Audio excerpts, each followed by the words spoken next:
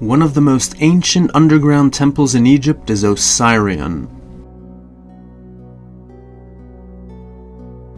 Osirion is located in a place of religious significance in Abydos on the western bank of the Nile, north of ancient Thebes.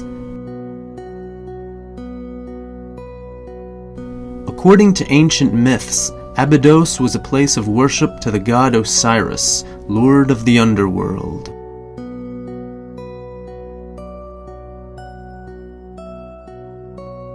In the writings of the ancient Egyptian priest Manetho, who was quoted by the ancient historians Josephus, Julius Africanus, and Eusebius of Caesarea, it is asserted that gods were the first and foremost rulers of Egypt. The Shabaka stone tells us that the mythological founder of the divine dynasty was the creator god Ptah. The center of Ptah's religion was the city Memphis. In the city of Heliopolis, the god Atum was worshipped.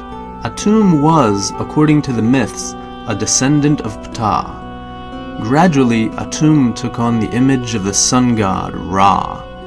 The god Ra-Atum became the next divine ruler of ancient Egypt.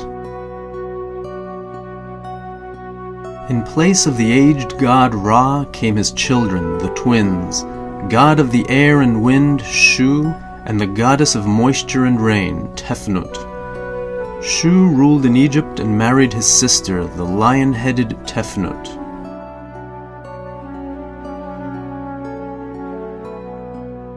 The children of the royal couple, the sky goddess Nut and the earth god Geb, formed a union in accordance with divine tradition.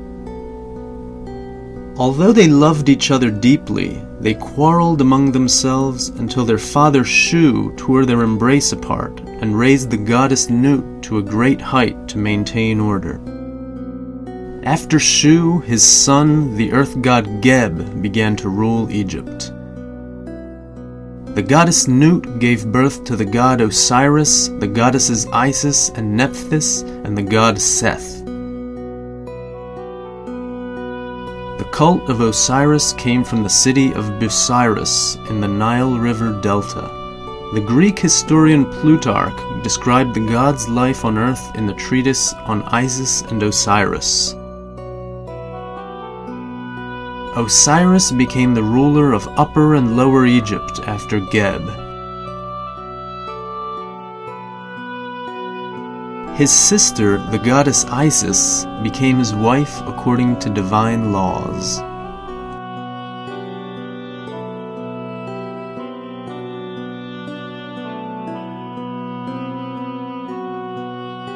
At the start of his reign, Osiris persuaded the people to abandon their uncivilized ways, including cannibalism. He taught them to hunt and fish, to plant useful crops and collect the harvests, to prepare wine and beer, and to dance. With his help, the people learned to make ceramic and stone dishes.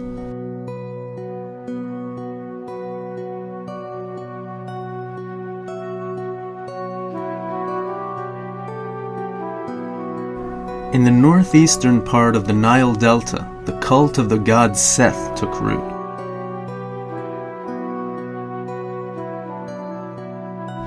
Egyptians associated Seth with chaos, and he had red hair and red eyes. Egyptians treated Seth with fearful reverence.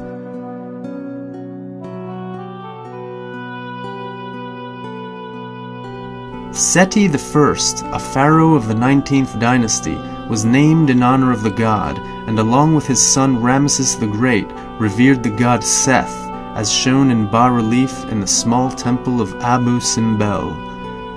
These pharaohs were descendants of the military dynasty from the eastern Nile Delta and were red-haired.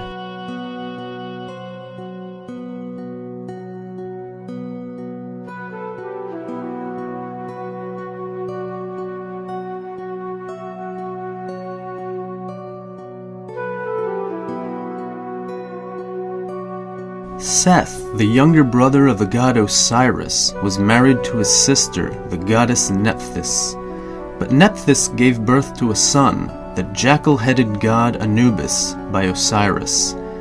Seth was jealous of Osiris and organized a conspiracy to kill him. At a festival of the gods, Seth brought out a chest made of precious metals and offered to give the chest to whomever was the right height to fit inside it. All the gods tried to get inside, but only Osiris fit the chest perfectly.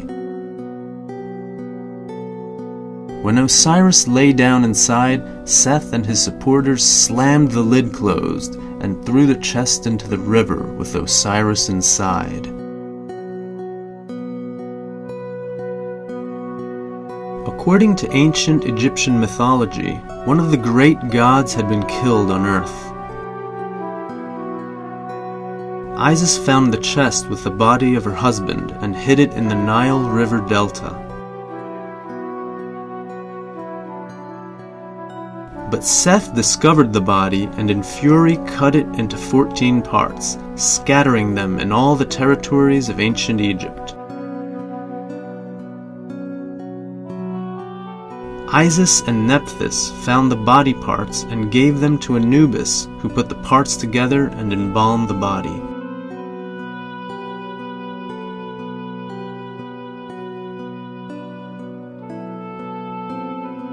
Isis took on the form of the bird Hut and, using magical powers, conceived with the mummy of Osiris. The great divine love between Osiris and Isis was sung of down the centuries, and Isis gave birth to the falcon-headed god Horus.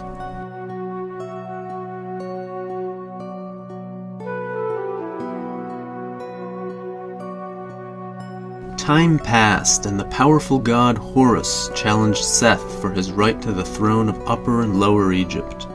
After a long battle with Seth, Horus was proclaimed ruler of all Egypt by Geb.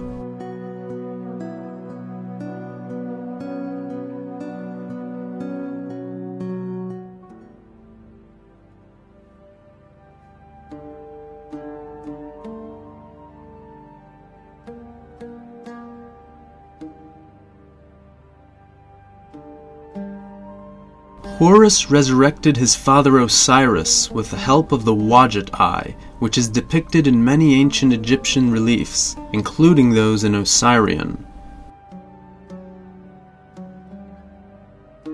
Osiris left the world of the living and became the ruler of the world of the dead.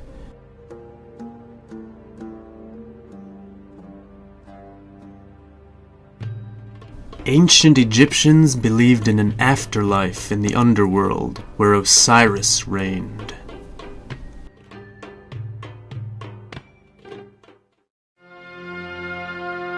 From the 4th millennium BC, the ancestors of humanity began to govern Egypt. Ancient Egyptians thought that the head of Osiris was buried in Abydos, possibly even his whole body, so pilgrims brought offerings to the city in clay pots.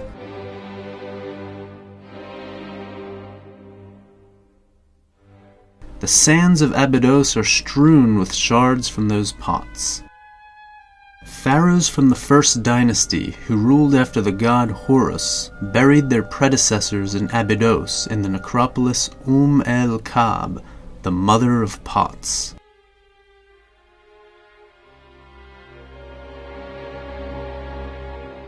Here, kings from the pre-dynastic period were buried, such as Scorpion and Narmer, who began the unification of Upper and Lower Egypt.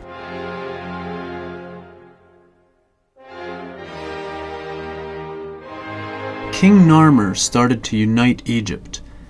On one side of the Narmer palette, he is shown as the ruler of Upper Egypt in a white crown.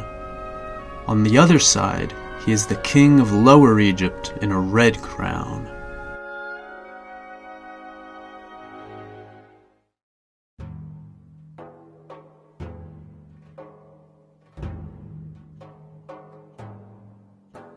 It is possible that Narmer's son, the legendary pharaoh Menes, whose tomb is also located in Abydos, became the next ruler of the two lands of Egypt. The pharaoh's Horus name, Hor-Aha, is presented on the Serach of this king.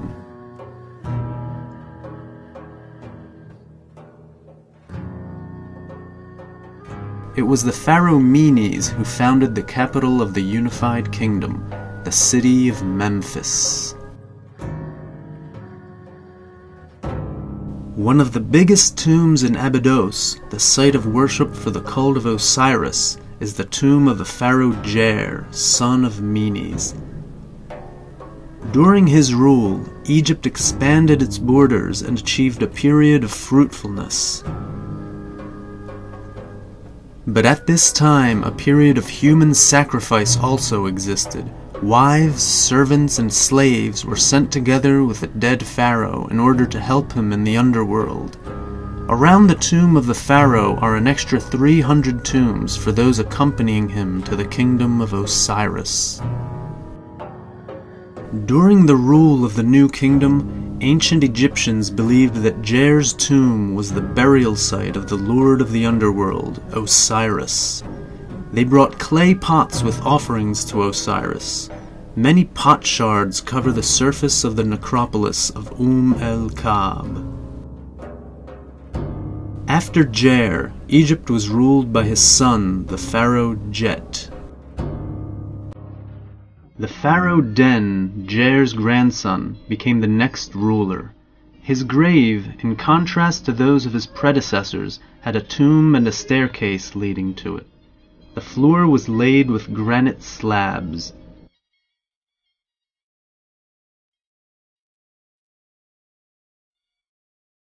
Den was the first to use the title of King of the Sedge and the Bee, Upper and Lower Egypt. The pharaoh's Horus name means Horus who strikes, as during the time of his rule, Den expanded Egypt's borders to the east and the south.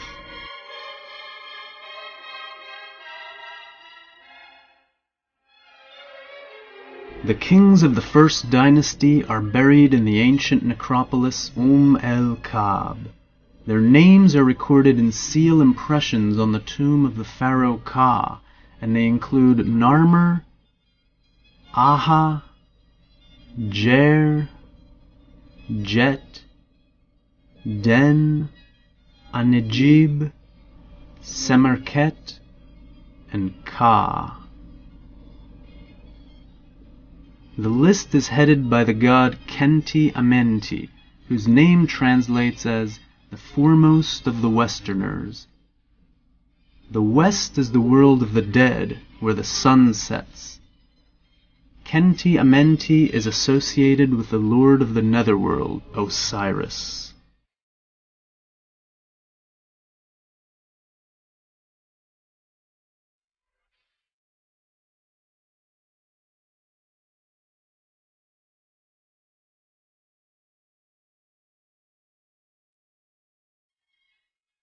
If the living pharaohs were under the protection of the falcon-headed god Horus, then the deceased kings of Egypt merged with the image of Osiris, and their souls traveled to the underworld through Pega the Gap in Abydos, which led to the underground paths of Ro Sitau.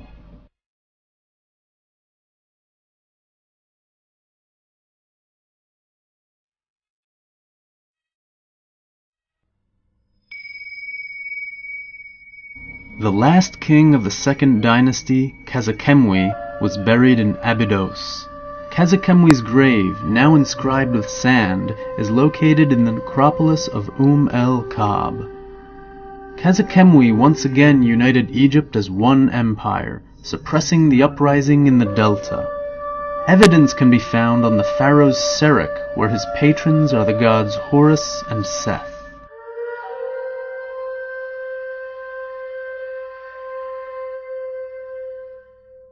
Khazakemwi built a fortress in Abydos from adobe bricks.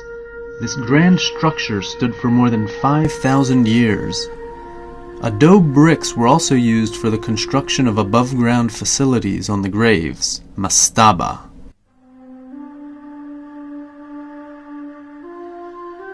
The likely successor to Khazakemwi, the pharaoh Sanakht, is suggested to have been buried in such a mastaba in Beit Khalaf. Pharaohs of the Old Kingdom were buried in Saqqara. The local necropolis, located close to ancient Memphis, north of Abydos, was under the influence of the falcon-headed god Sokar. One of the well-known pharaohs from the 3rd dynasty, Djoser, built the first pyramid tomb, which is also the first step pyramid.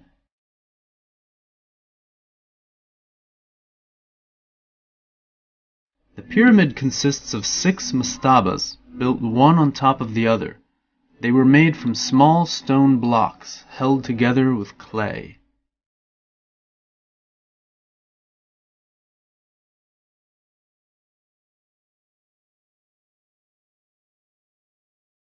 The architect of Djoser's step pyramid was Imhotep, the high priest of the sun god Ra.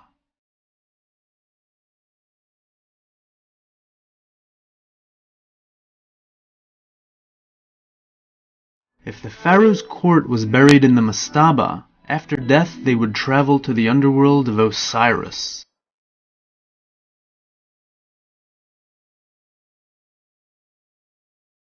After the necessary funeral rites, the pharaoh, having a divine nature, would ascend to the heavens in the sunboat of the god Ra.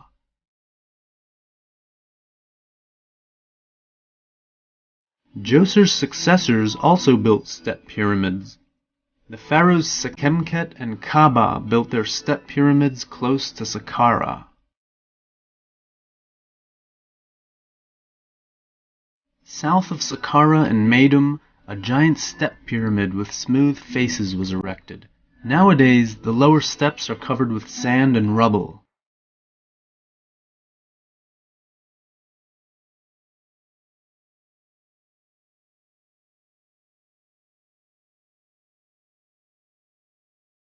It is believed that the last pharaoh of the 3rd dynasty, Huni, started to build this step pyramid but didn't complete it.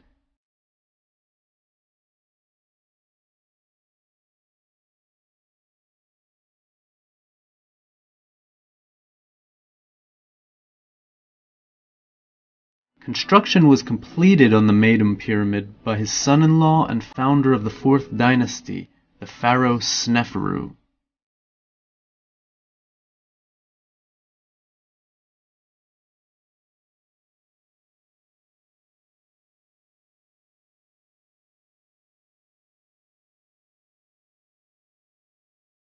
Sneferu built 2 pyramids for his tomb in Dashur, north of Meidum.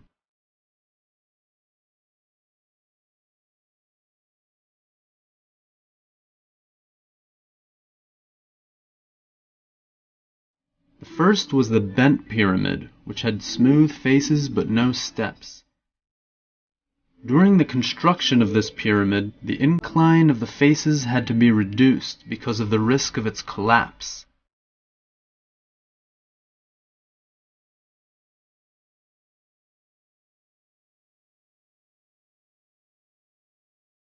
But as well as the bent pyramid, the pharaoh ordered the construction of the first true pyramid with smooth faces, the red pyramid.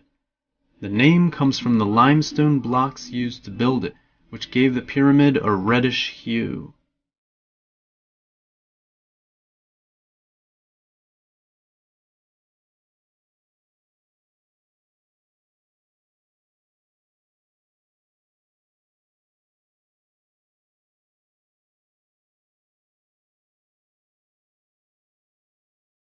Sneferu's descendants, the pharaohs of the 4th dynasty, started to erect their own pyramids on the Giza Plateau, not far from Heliopolis, the sacred city of the sun god Ra, which lies on the outskirts of modern-day Cairo.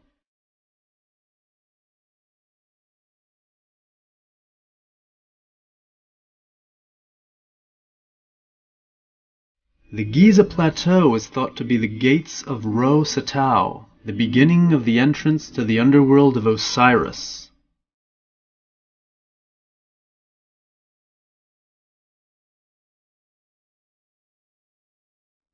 Ancient Egyptians called the necropolis on the Giza Plateau Per Usir Neb Ro-Satau, which means the house of Osiris, Lord of Ro-Satau.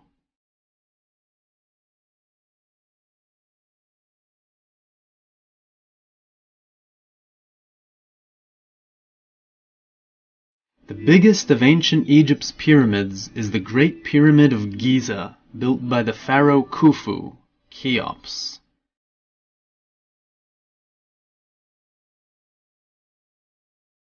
The architect was Himyunu, a relative of the pharaoh and a priest of the god Thoth. Under his direction, the Great Pyramid was built over a period of 20 years.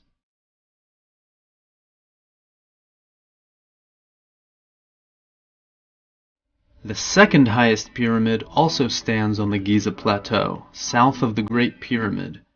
It was built for the pharaoh Khafra, a descendant of Khufu.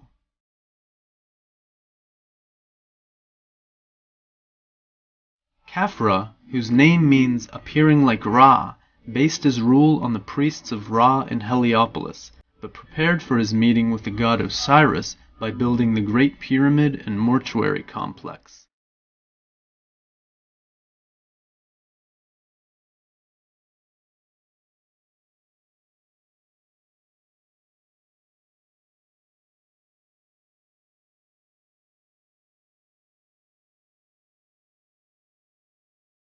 It is believed that the statue of the Great Sphinx was carved from the rocks of the Giza Plateau with the face of Khafra.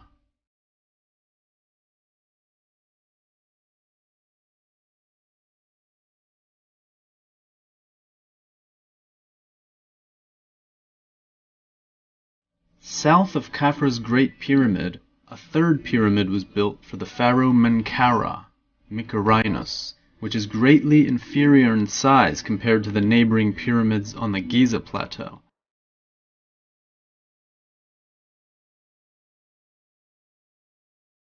Menkaura, the son of Khafra, rushed to complete the pyramid before his death, but its construction was eventually finished by his son. With this pyramid, the epic of building grandiose tombs comes to an end in ancient Egypt.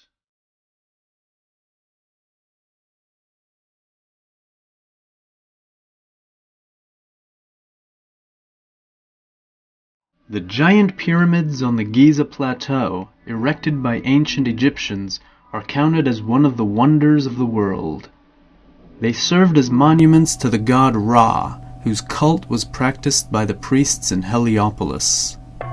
Starting with the pharaohs of the 4th dynasty, all rulers of ancient Egypt claimed their descent from the great god Ra, the ruler of the heavens.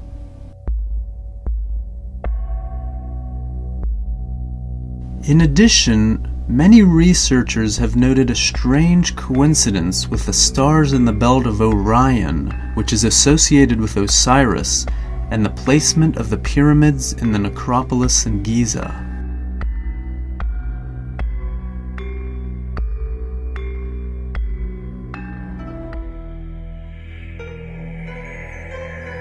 The last pharaoh of the 4th dynasty, Shepseskaf, refused to build a stone pyramid like the ones his predecessors had built, and instead erected a large mastaba.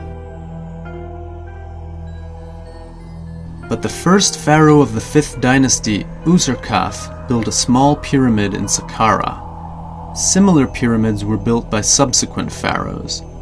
They all exalted the cult of Ra, headed by the priests of Heliopolis.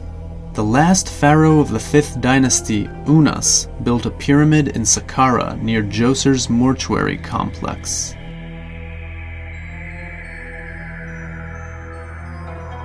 For the first time, the walls inside the chamber of Unas's pyramid were adorned with magical hieroglyphs.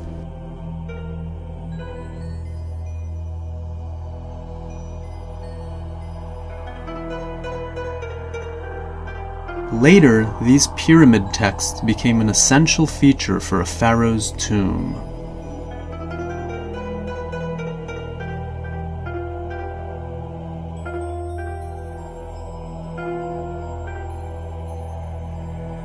According to the texts, pharaohs, as sons of the god Ra, had a divine essence. Pharaohs received divine power from the god Horus. After death, they merged with Osiris and entered the underworld, Duat, in the celestial constellation of Orion. In ancient mythology, the god Osiris becomes the lord of the underworld Duat, towering over Sokar, god of the Memphis necropolis, and Khenti-Amenti, god of the Abydos necropolis.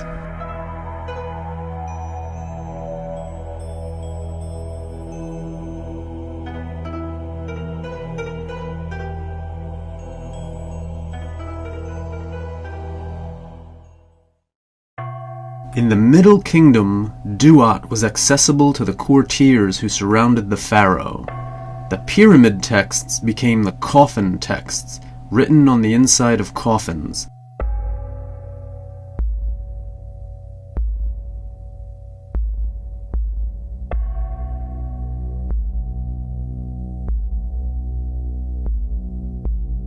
Magical incantations from the coffin texts, dating from the 17th century BC, were added to the papyrus scrolls known as the Book of the Dead.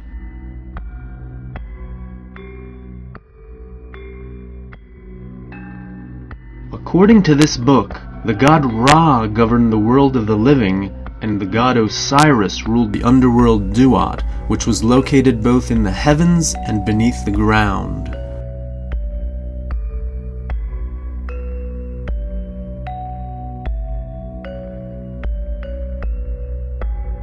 Ancient Egyptians believed that a person had several entities.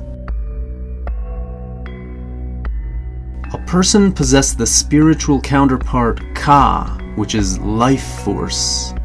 Ba was a person's soul, taking the form of a bird with the head of a living person.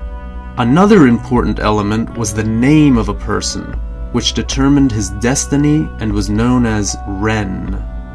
There was also the shadow, Sheut. Only the enlightened spirit Ak could travel in the underworld. In order for a spirit to exist in the underworld, it was necessary to preserve the mummy of the dead person for as long as possible. Ancient Egyptians lived on average until they were 35. Therefore, they had to lead a life free from sin and prepare for their rebirth in the underworld.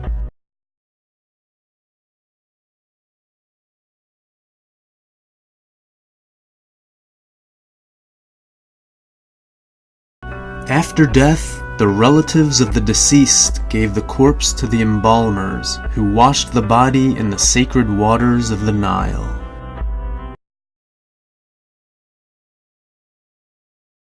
Then the embalmers removed all the internal organs, except for the heart, which was believed to be the location of the soul in a person's body. The organs were placed in special containers, canopic jars.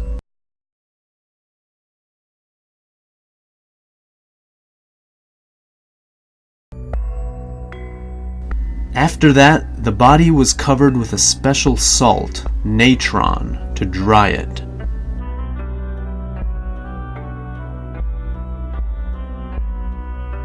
After drying, the body cavity was filled with flax strips, or sand.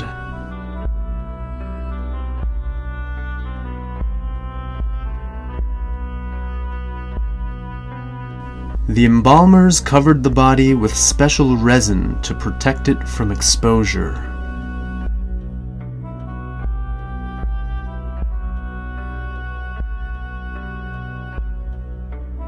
Next, the body was wrapped in flax strips together with amulets. The priest read spells and the mummy received the essence of Sa. For kings, the mummification process took 60 days, the same length of time it took the goddess Isis to mummify Osiris.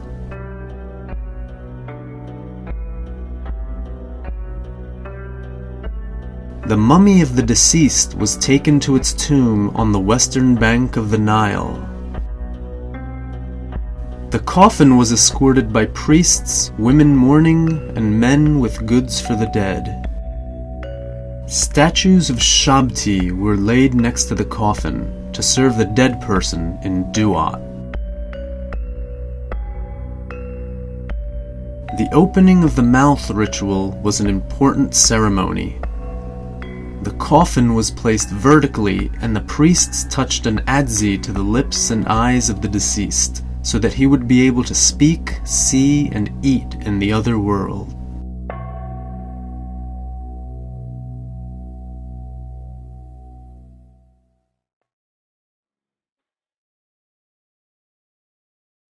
The coffins of prosperous dead people were placed in a mastaba tomb built in the necropolis, incorporating streets and quarters.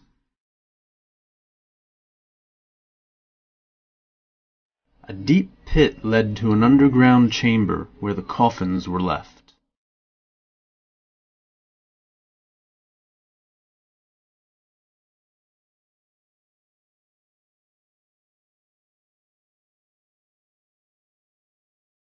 In the above-ground area of the tomb, a false door was mounted in the western wall.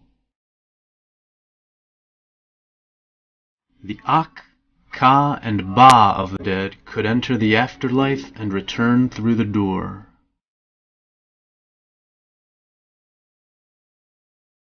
The Ka spirit double of the dead was always in the tomb near the mummy's casket, guarding the false door and eating offerings.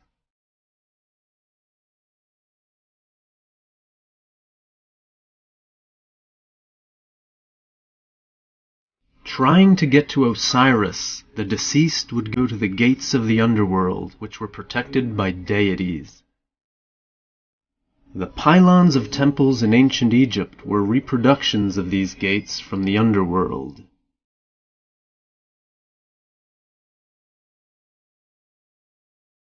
Arriving in Duat, the deceased faced various dangers, attacks by snakes, crocodiles, and other frightening creatures.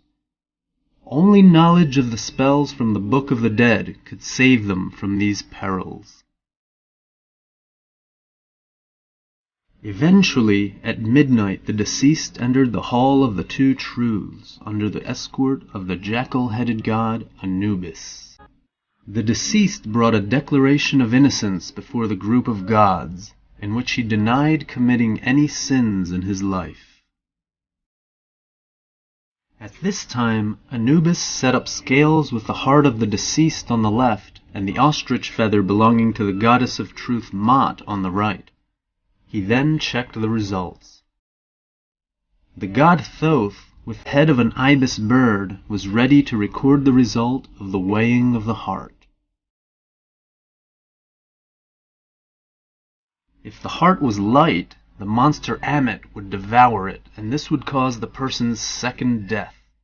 If the scales balanced, this meant the deceased hadn't deceived the gods when making the declaration of innocence. After successfully completing the test, the god Horus presented the deceased to Osiris. In the presence of his sisters, the goddesses Isis and Nephthys, Osiris granted the deceased a place in the fields of reeds for the eternal blessed afterlife in Duat. The truth-speaking deceased, having received the blessing of Osiris, could settle in the fields of reeds, which can be compared to the Elysian fields of the ancient Greeks. The deceased managed the fields with the help of their shabtis, brewed beer, and lived in comfort.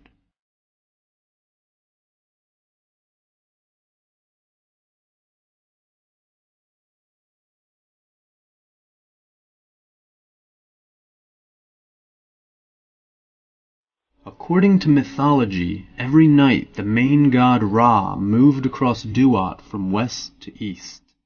Any truth-speaking deceased could join him and travel in his boat. During this journey, the gods Ra and Osiris met and merged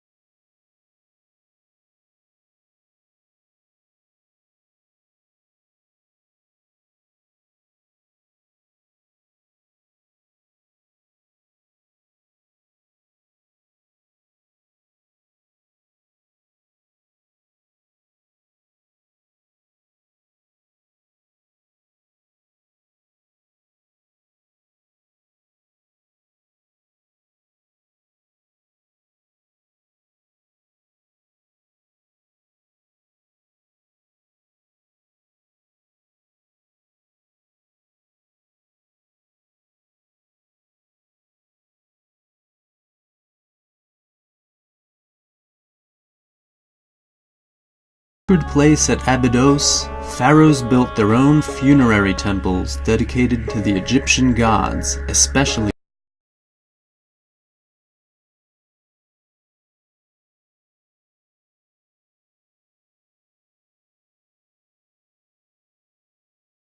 in the 19th dynasty. Seti I started to build Men-Mat-Ra, but it was his son Ramses the Great who finished construction of this grand temple, which impresses visitors.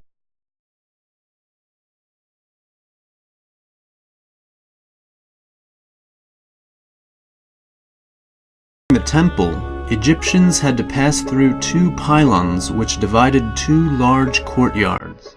In the first courtyard, the visitor had to wash himself so that he could stand before the gods spiritually cleansed.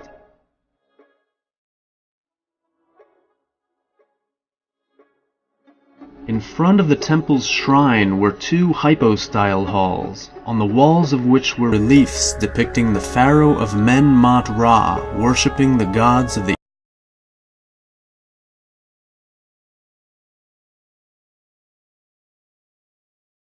Through a forest of stone columns, visitors came closer to the shrine, located on a slope just after the hypostyle halls.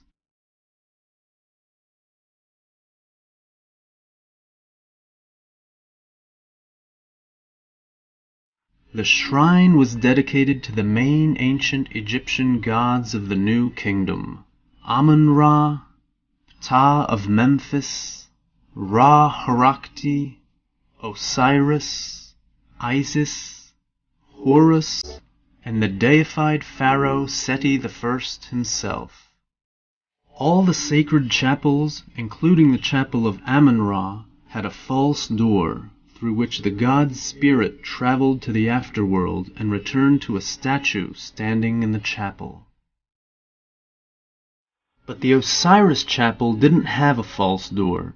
Instead, it was possible to go through the chapel to a complex devoted to the cult of Osiris, consisting of several halls and chambers.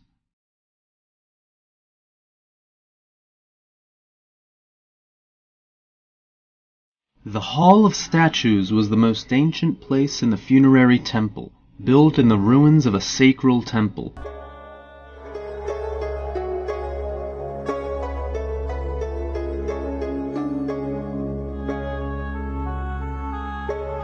Here, pilgrims carried out rituals and performed magic spells to honor the Lord of the world of the dead.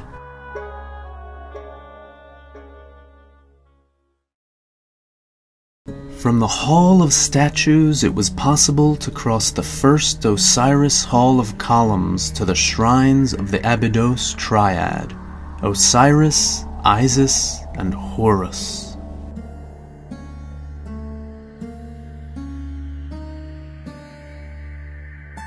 In the center of the northern shrines is a shrine to Osiris. On the relief, the main scene is an image of Osiris embracing Isis. The god presents the pharaoh with a symbol of life and rebirth, the Ankh key. On the side walls in the shrine to Osiris are scenes of the pharaoh's preparations to meet with the Lord of the Underworld and receive divine status.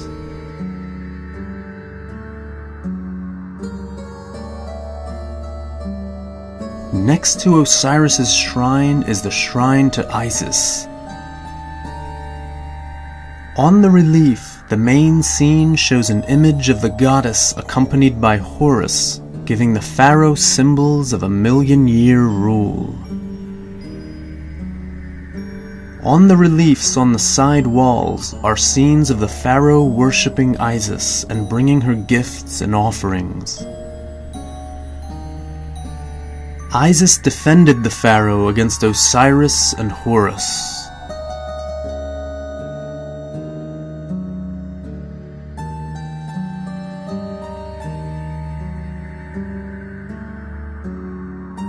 To one side of the shrine to Osiris is the shrine to his son, the god Horus. The main image in the shrine shows Horus accompanied by Isis, giving the pharaoh symbols of a king's power.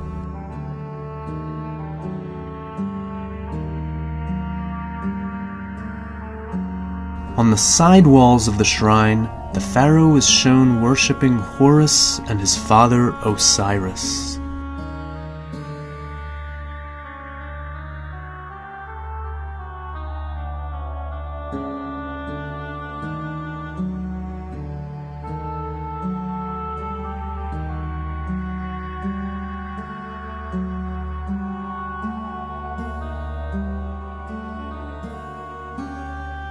On the walls of the Hall of Columns, reliefs depict scenes from different myths.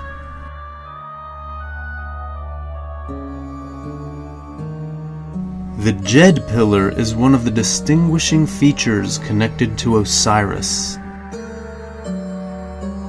The Djed pillar provided protection for Osiris and those around him, including the pharaoh, from enemies and evil spirits. In the funerary temple of Seti I, all kings who had ruled Egypt were under the protection of Osiris. In one of the chambers is a list of 76 rulers, starting with Menes, who had governed before Seti I.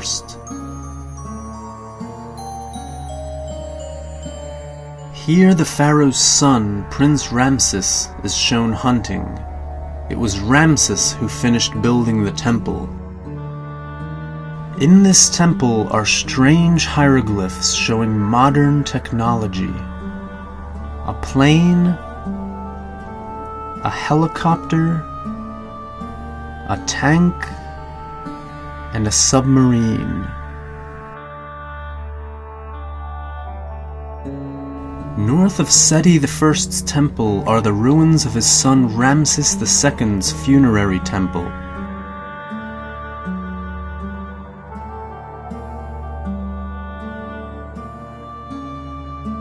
Columns with sculptures of Osiris flank the courtyard in front of the temple. The large granite entrance rises above the surrounding ruins. The temple of Ramses II was richly decorated with reliefs depicting worship of the gods. First and foremost was Osiris, ruler of the underworld.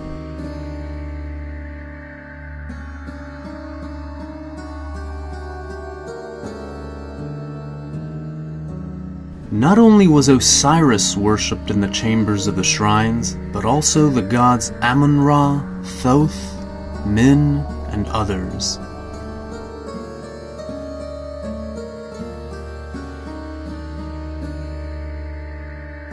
In this temple, granite sculptures of Osiris, Amun-Ra, Isis, and the deified Ramses II himself were found.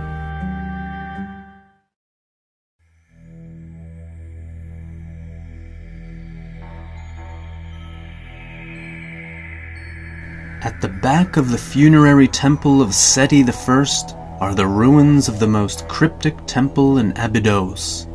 It's one of the oldest stone temples in ancient Egypt, named Osirion by Egyptologists in honor of Osiris. It is located in a trench cut into the limestone platform of the desert, at a depth of 15 meters below the temple of Seti I.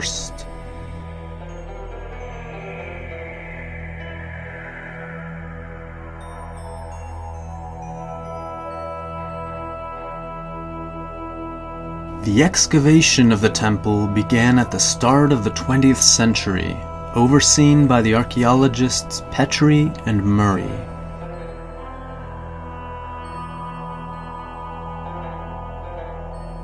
The first people to investigate Osirion believed that it was built to celebrate the mysteries of Osiris.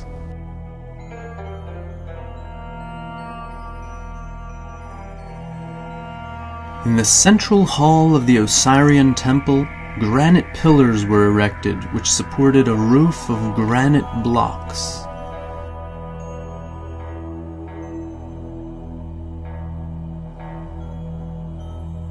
The platform the pillars were set on represents the primeval island rising out of the waters of chaos, according to the teachings of ancient Egyptians about the origins of the world. The entrance to the central hall was separated from the platform by a channel filled with water.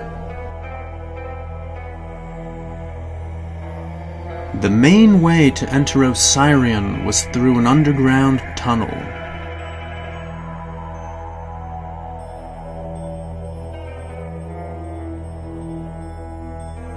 Egyptologists suggest that the underground tunnel and chambers in front of the entrance to Osirian were built much later than the central hall of pillars, at the time of the New Kingdom.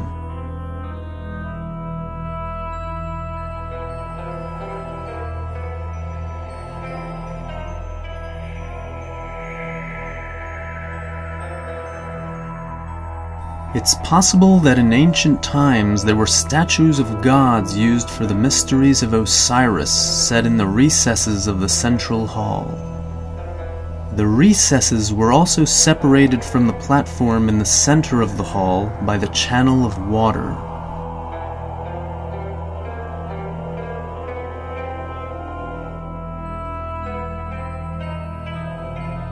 According to legends, a secret chamber lay behind the northeastern wall of Osirian, where the head of Osiris was said to be buried.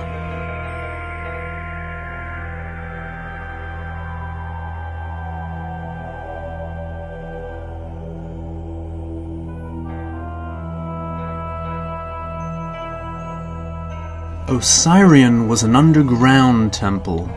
It was covered by hills.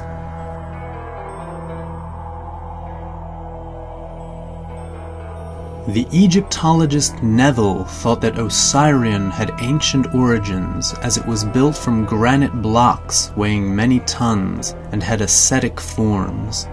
Osirian is older than the neighboring funerary temple of Seti I.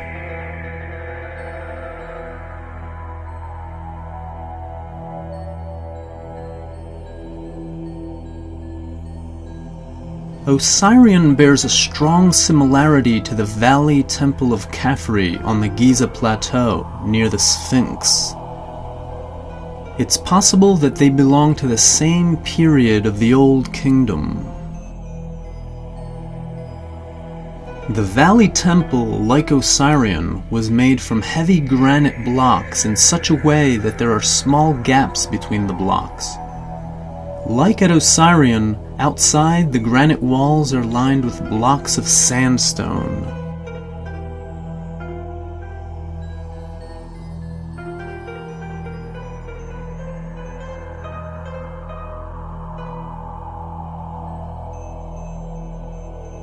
The multi-ton granite covering of the Valley Temple, resting on the granite columns, served as the base for the roof, which might have been made from granite blocks.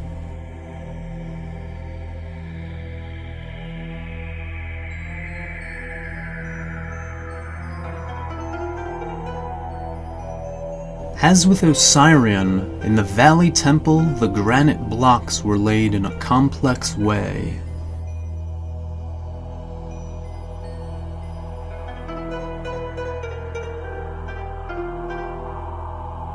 Nowadays, Osirian attracts many pilgrims who meditate in the ruins of the temple and offer prayers to the ancient god Osiris.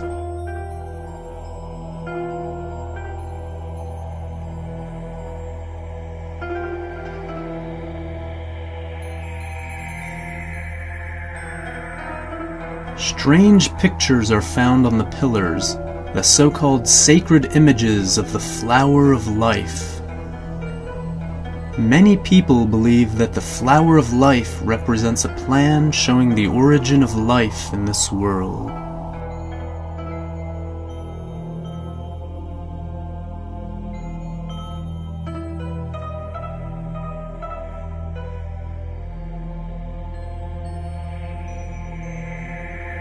The ruins of Osirian and the mystery around them serve as a reminder that at the dawn of humanity, people turned to the ancient god Osiris to grant them a blessed life in the netherworld.